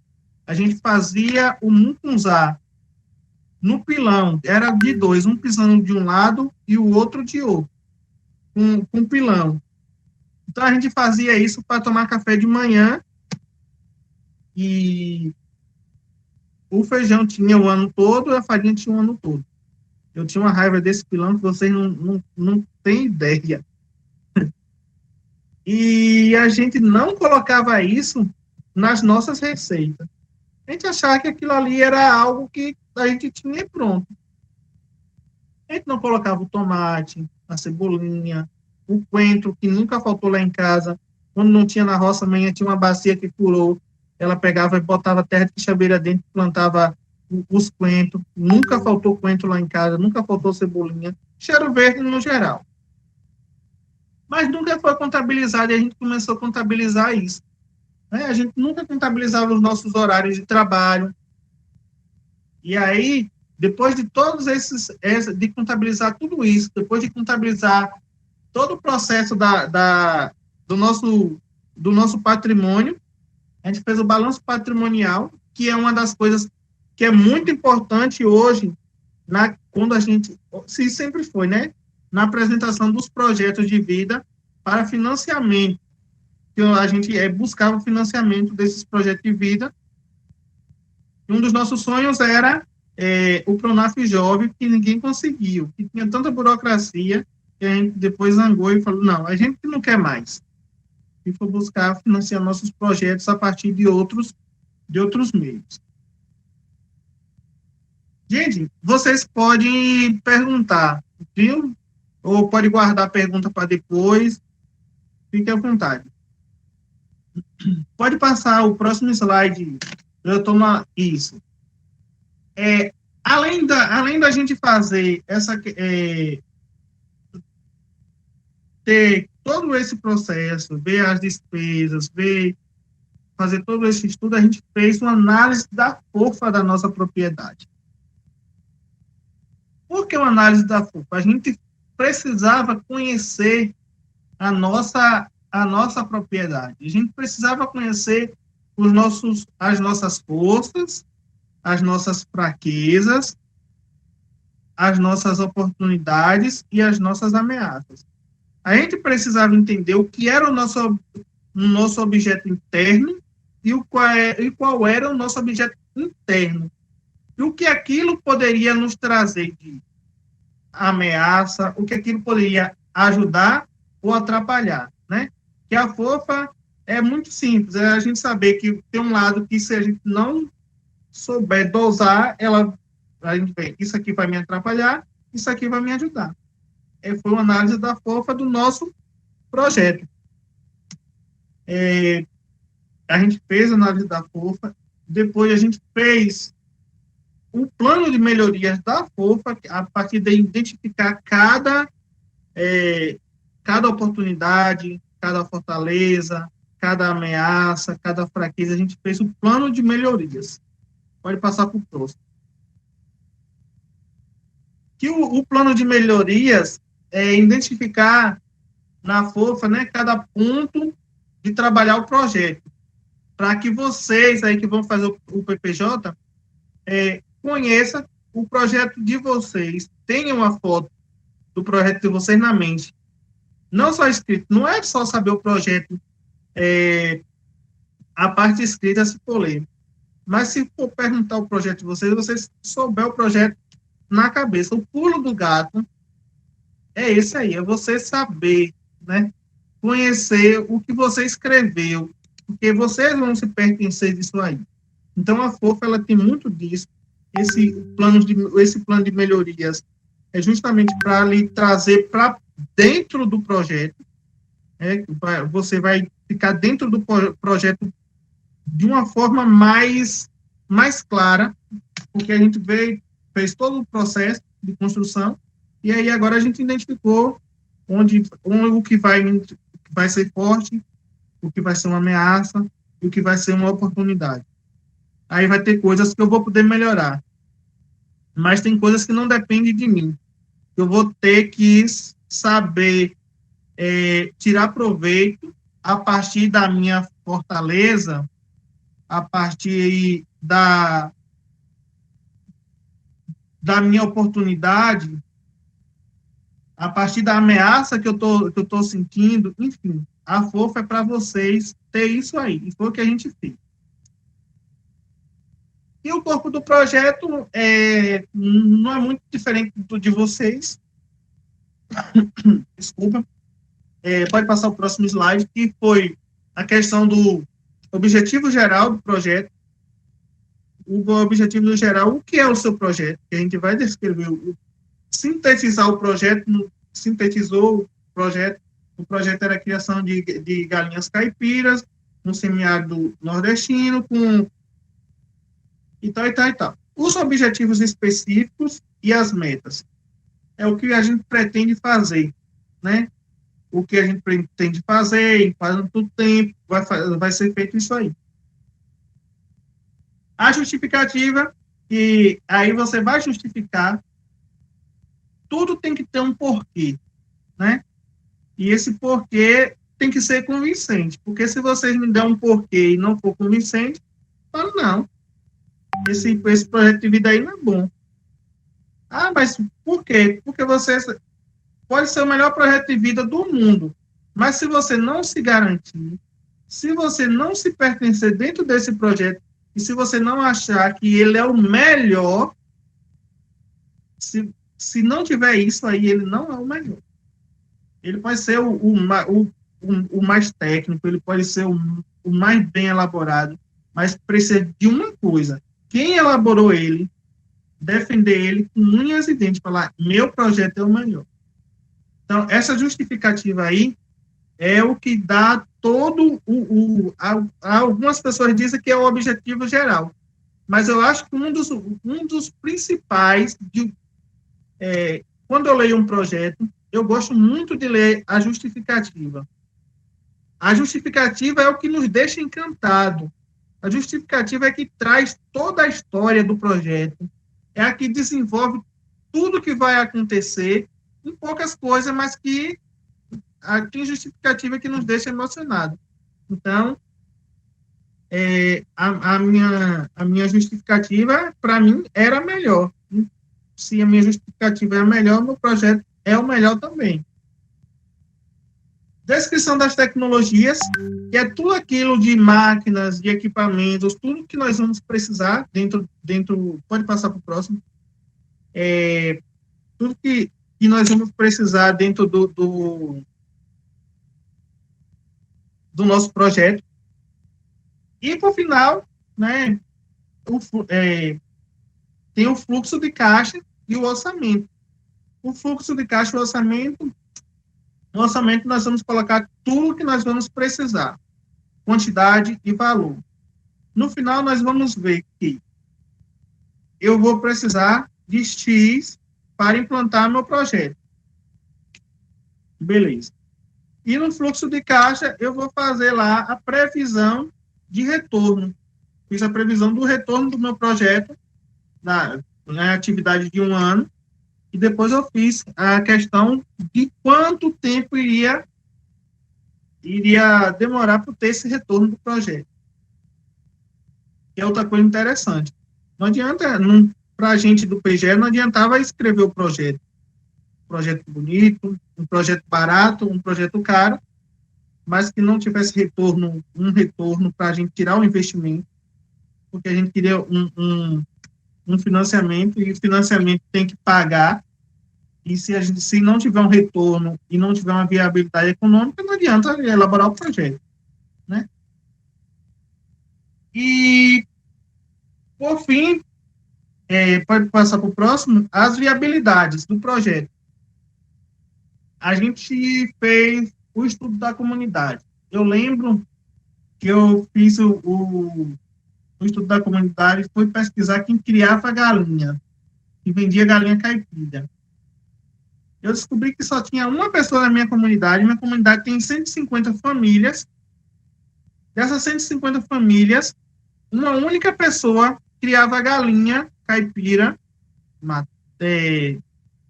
abatia e vendia. Só uma pessoa. E só tinha em torno de um limite de 5 galinhas por semana. E tinha em torno dessas 150 famílias, 80 famílias vendia ovos. Só que vendia ovos na rua. Deixava de comer o ovo caipira para vender na rua, no sábado, na feirinha, do sábado, e comprava ovo de granja. Aí, naquele tempo, lembro como se fosse hoje. A dúzia de ovos era R$ 3,50. E vendia a dúzia de ovos, que era R$ 3,50, chegava na feirinha, vendia por R$ 2,50 na mão daquele pessoal que fica na entrada da feira, comprava os ovos de todo mundo e vendia por R$ 3,50, ganhando R$ 1 em cima do trabalho de todo mundo. Eu falei, eu não vendo. Eu boto com o meu para casa, estalo e como com farinha e com cuscuz. Porque não é justo. E aí o pai falou, e tu vai perder? Eu falei, não vou perder. Eu vou vender no preço justo. Eu vou de casa em casa, eu vou nas padarias. E aí eu comecei a entender o mercado que tinha atravessador. Comecei a entender a minha comunidade, comecei a entender a minha cidade, comecei a pesquisar a cultura do território em comercialização de ovos caipira. E aí é para a gente entender cada viabilidade, para a gente entender as características culturais, a característica do mercado consumidor, a concorrência que nós vamos ter, né? E aí vem a questão da viabilidade, a viabilidade legal, a viabilidade técnica, a viabilidade social, ambiental, econômica e operacional.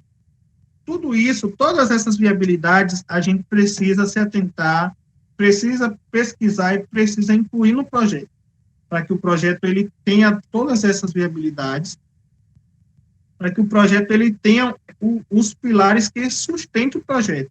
Não adianta a gente fazer um projeto que não tem uma viabilidade social.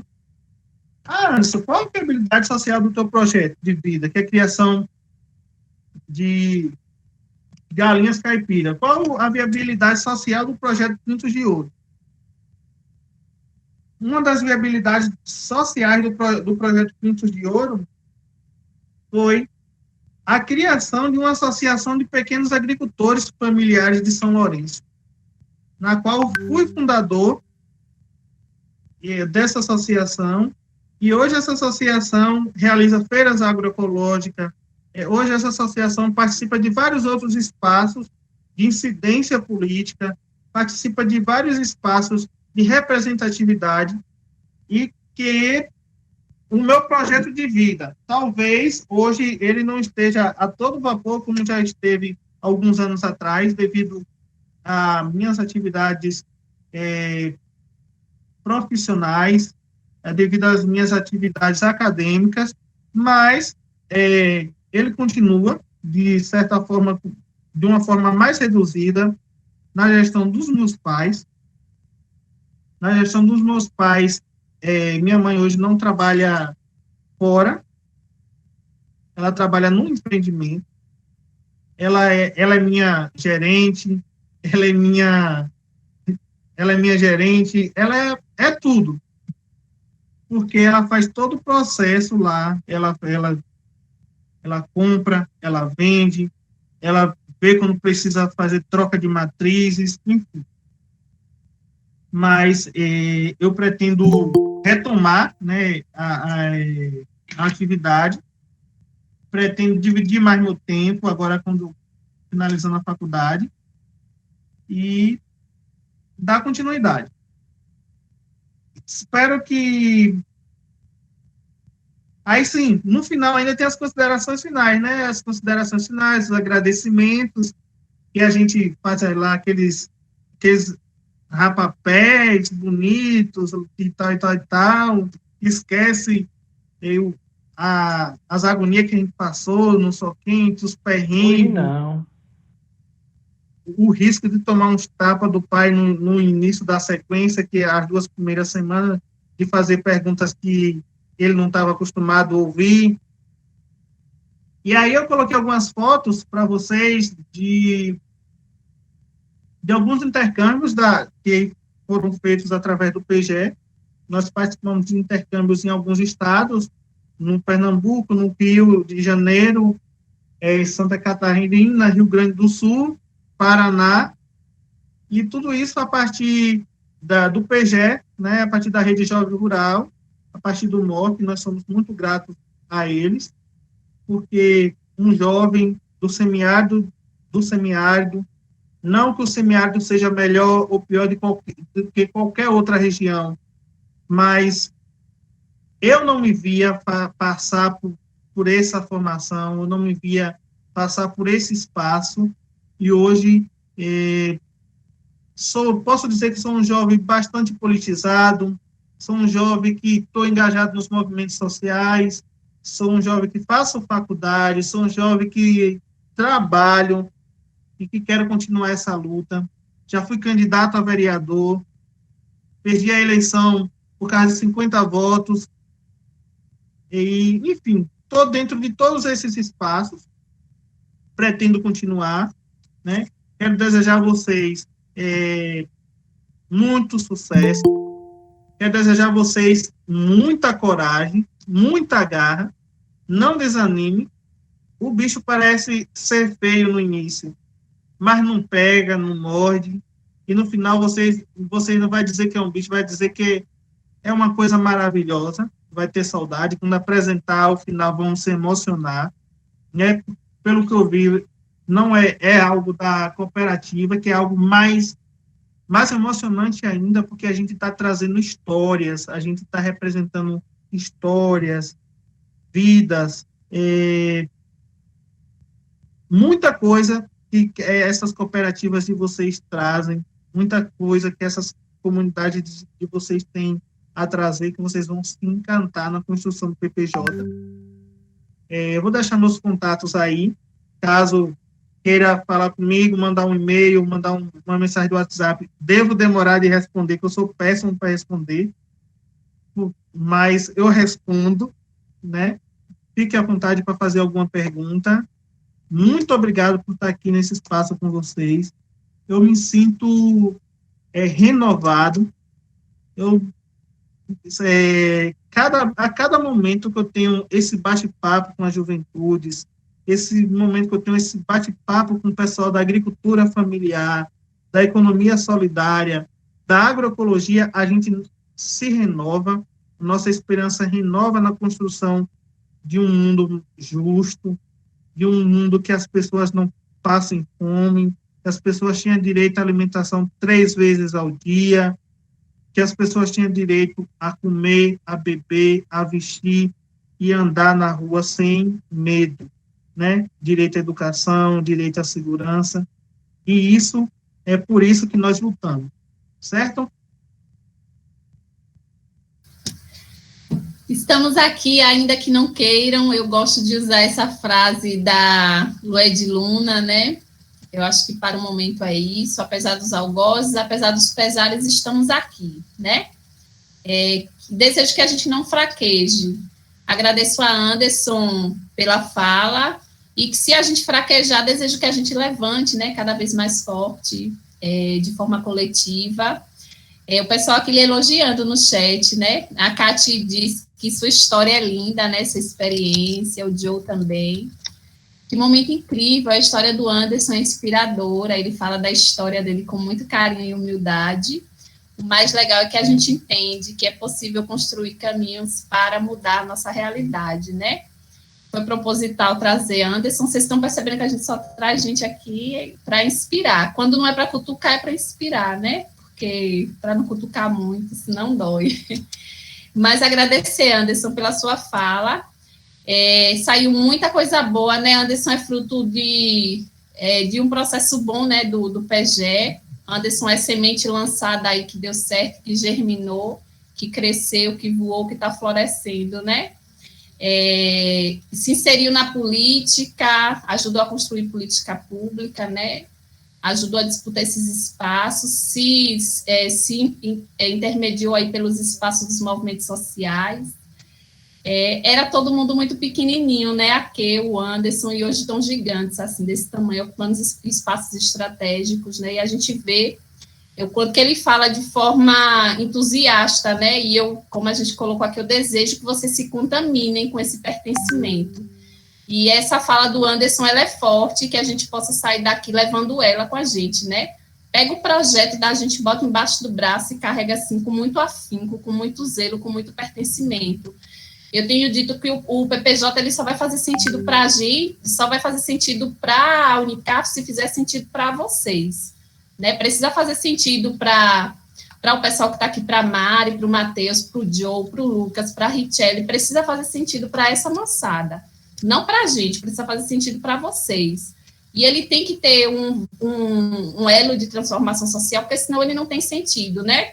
E a gente vê aí que o projeto do Anderson mudou não só a vida dele, mas mudou a comunidade, e a mudança ela não foi só financeira, no que diz respeito à geração de emprego e renda, foi uma mudança também, né, na forma de olhar o mundo e de se colocar no mundo, né?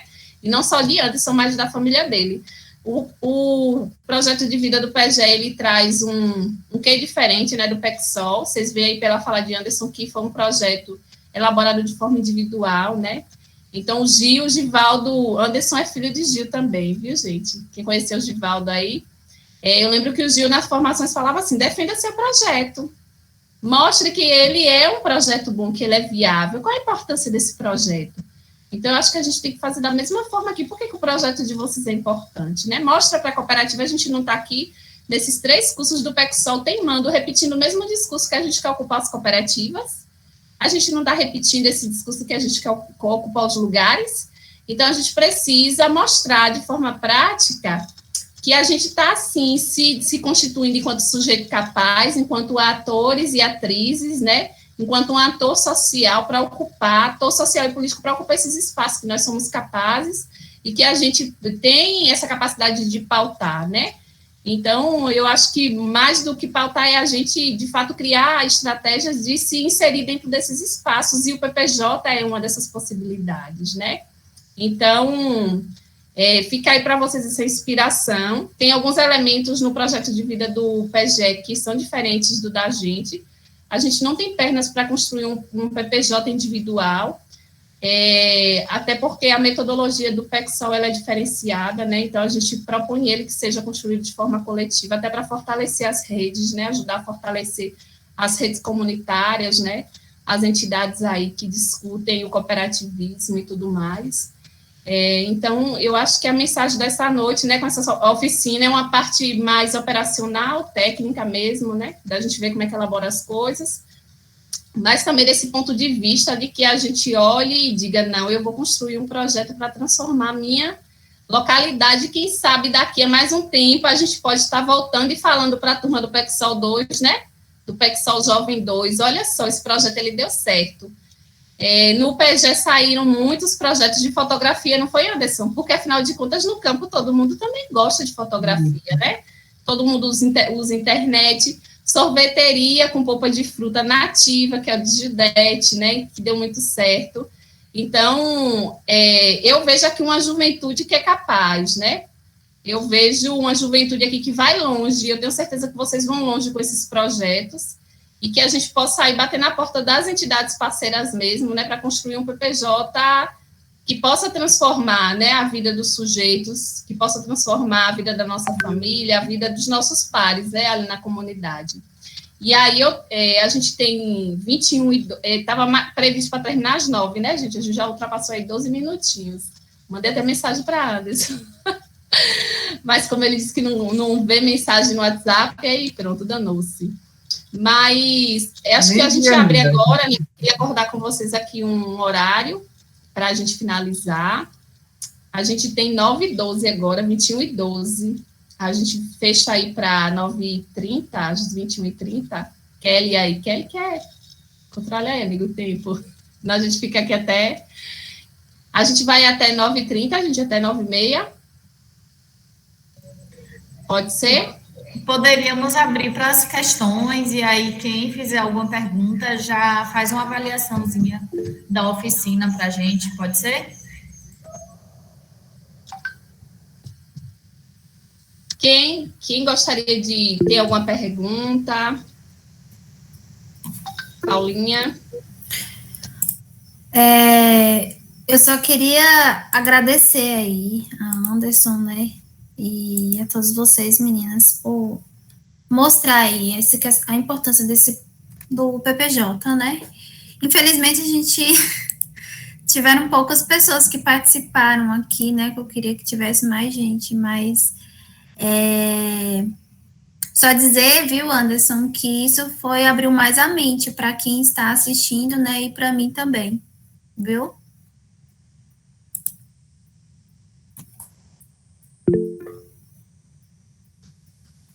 Matheus. Boa noite a todos.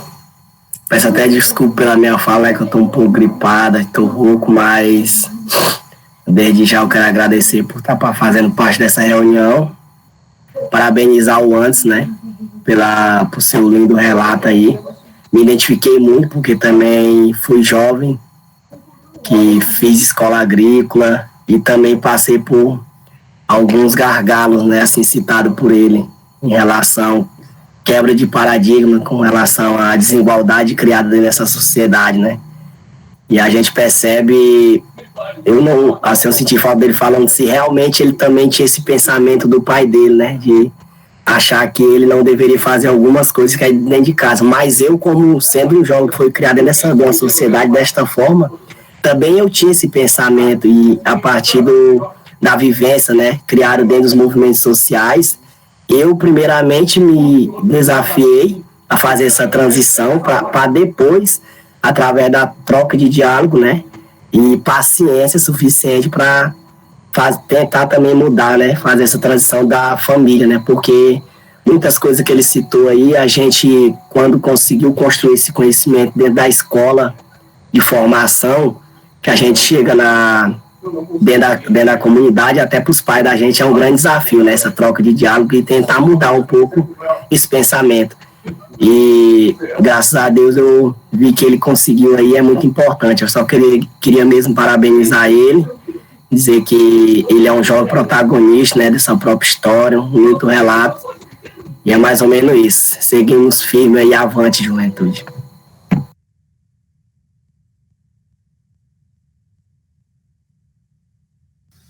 Mais alguém? Tem alguma dúvida? Vocês entenderam, gente? Ficou alguma dúvida? Ninguém sai daqui com dúvidas, viu? Alguma contribuição, alguma fala para Anderson? O momento é agora. É só agradecendo aqui, elogiando o Anderson. Mais alguém?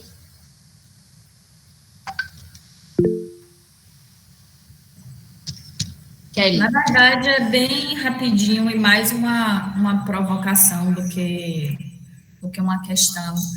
Vocês conseguem perceber, gente, a partir da apresentação de Anderson, né, considerando essa perspectiva bem identitária que ele traz nas falas dele, o quanto foi importante para o processo formativo, tanto pessoal quanto profissional de Anderson, o desenvolvimento desse trabalho, do projeto de vida jovem. Então, não é apenas um trabalho que vai trazer a conclusão de um curso para vocês. É um projeto que, de fato, ele pode ser implementado, que pode contribuir aí para a transformação de vida de vocês, a depender do vínculo identitário que vocês tenham com o projeto que vai ser construído aí pela turma, porque diferente do de Anderson, vocês estão construindo um projeto coletivo. E por mais, eu diria que por mais difícil de acreditar, esse processo é mais complicado do que você construir um trabalho sozinho, porque vocês precisam discutir, vocês precisam construir juntos, e vocês precisam apresentar algo que tenha um pertencimento e uma identidade para todos aqueles que fazem parte daquele determinado grupo que vocês estão representando. Então, Anderson, só agradecer mesmo a você pela disponibilidade, por estar aqui compartilhando uma história tão bacana com a gente. Eu que sou da área da pedagogia, fiquei encantada com a metodologia, eu conheci um pouco pelo que Paula relatava, mas não tinha notado a riqueza de percursos metodológicos que o PPJ, que no caso de vocês o PGE, trouxe, né, dentro dessa perspectiva formativa. Então, os cadernos, os intercâmbios. Eu espero mesmo de coração que a gente consiga, no próximo ano, ou daqui a alguns anos, em um processo mais presencial do PECSOL Jovem, a gente consiga trazer elementos e caminhos metodológicos nesse sentido para vocês, porque, infelizmente, devido à pandemia, a gente não consegue fazer muito além do que a gente vem desenvolvendo, mas, como ele falou, não é um bicho de 7 cabeças, muito pelo contrário, é um caminho que pode ser seguido tanto por vocês quanto pelas cooperativas que vocês, de alguma forma, estão ajudando e estão contribuindo, né, apresentando inovações, porque o PPJ vai trazer inovações a serem desenvolvidas pela cooperativa, seja na área comercial, na área de comunicação, na área de gestão. Então, aceitem esse desafio com muito desejo de, eu não diria que de vencê-lo, mas de cumpri-lo e, de fato, construir um legado para aquelas cooperativas que, de alguma forma, se disponibilizaram para contribuir também com a formação de vocês. Então, minha fala mesmo é mais no sentido de agradecer a Anderson pela disponibilidade, a vocês que, mesmo diante dos acontecidos, permaneceram aqui e retornaram para a gente continuar a nossa discussão. Então, muita gratidão. Eu sempre acredito que a gente dá aquilo que a gente tem, né? Então, vocês estão dando aquilo que vocês têm, que é o desejo de construir uma sociedade mais justa, mais igualitária, e não é qualquer jovem que fica até as 9h19 da noite discutindo um pouco sobre um processo formativo. Então, muito obrigada a vocês. E aí a gente pode abrir para Anderson fazer a sua fala final. Se mais alguém tiver alguma questão, gente, pode ficar à vontade aí para levantar a mão, perguntar, avaliar, enfim. Esse espaço é de vocês. Kátia? Boa noite. Primeiramente, queria agradecer a todos vocês, né? Realmente não é fácil, não é qualquer jovem que tenha a mente assim aberta, né, para ficar até as 9h30 discutindo sobre um assunto formativo. E agradecer também a Anderson, né? Muito obrigada. Você veio aqui, deu o seu exemplo, falou um pouco sobre sua história, nessa luta. E é meio, sim, a gente que se forma, por exemplo, nessa área, tipo agroecologia, como eu me formei, é meio dificultoso para as gerações antepassadas, nossos pais, nossos avós, eles entenderem o nosso conhecimento, né? Eles não querem deixar as tradições deles para seguir o nosso conhecimento, por exemplo. E a gente está contigo, sabe, Anderson, porque a gente entende essa dificuldade, mas é persistindo que a gente consegue. Tudo que vem fácil, né, vai fácil. Então, o que vale a pena sempre vem com mais dificuldade. E é isso, eu espero que você tenha muito sucesso na sua vida, você consiga o que você quer realmente, né? Eu sei que você tem um sonho muito grande ainda pela frente, tem potencial, pelo que eu vi pela sua apresentação, e que nós, né, tome isso como exemplo também. Eu estou maravilhada com o que você colocou aí, o seu, sabe, é maravilhoso esse jeito de você falar, o jeito que você falou sua luta e tal, é fofa, né, esse negócio aí que você falou. É que eu estou procurando as palavras certas, mas é muito gratificante ter uma pessoa assim, com esse exemplo, com essa luta para dialogar com a gente. E tira um pouco aquele desânimo que a gente tem, sabe? Às vezes bate o desânimo, mas vendo você falar assim, até sobe a autoestima da gente. É isso.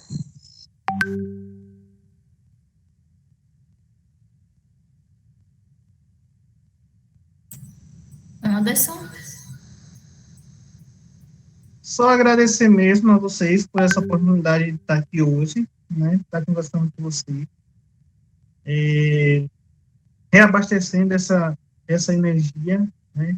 Estar com vocês, estar sentindo essa energia de vocês, estar bebendo um pouco dessa fonte que é o PECSOL, estar bebendo um pouco dessa fonte que é o PPJ de vocês também, é muito importante para nós. Está trazendo mais conhecimento, está trazendo mais vivência para nosso dia a dia. Quer dizer, vocês que estou disponível caso precisem.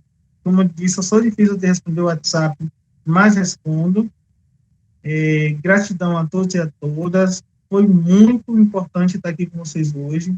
Estou muito feliz de ter participado com vocês, né? E estamos aí. Muita luz na vida de todos e de todas. Grande abraço.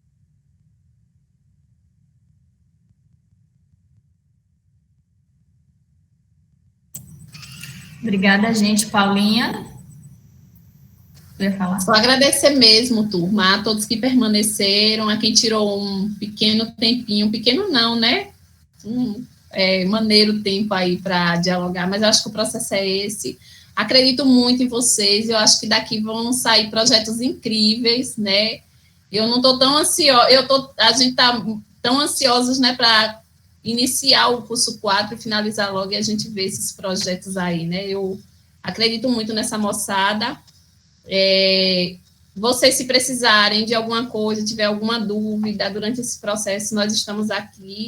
Tem uma moçada aí arretada, que são esses educadores e educadoras que estão à frente desse processo, agradecer, né? Isso tudo também está acontecendo porque vocês também têm colaborado.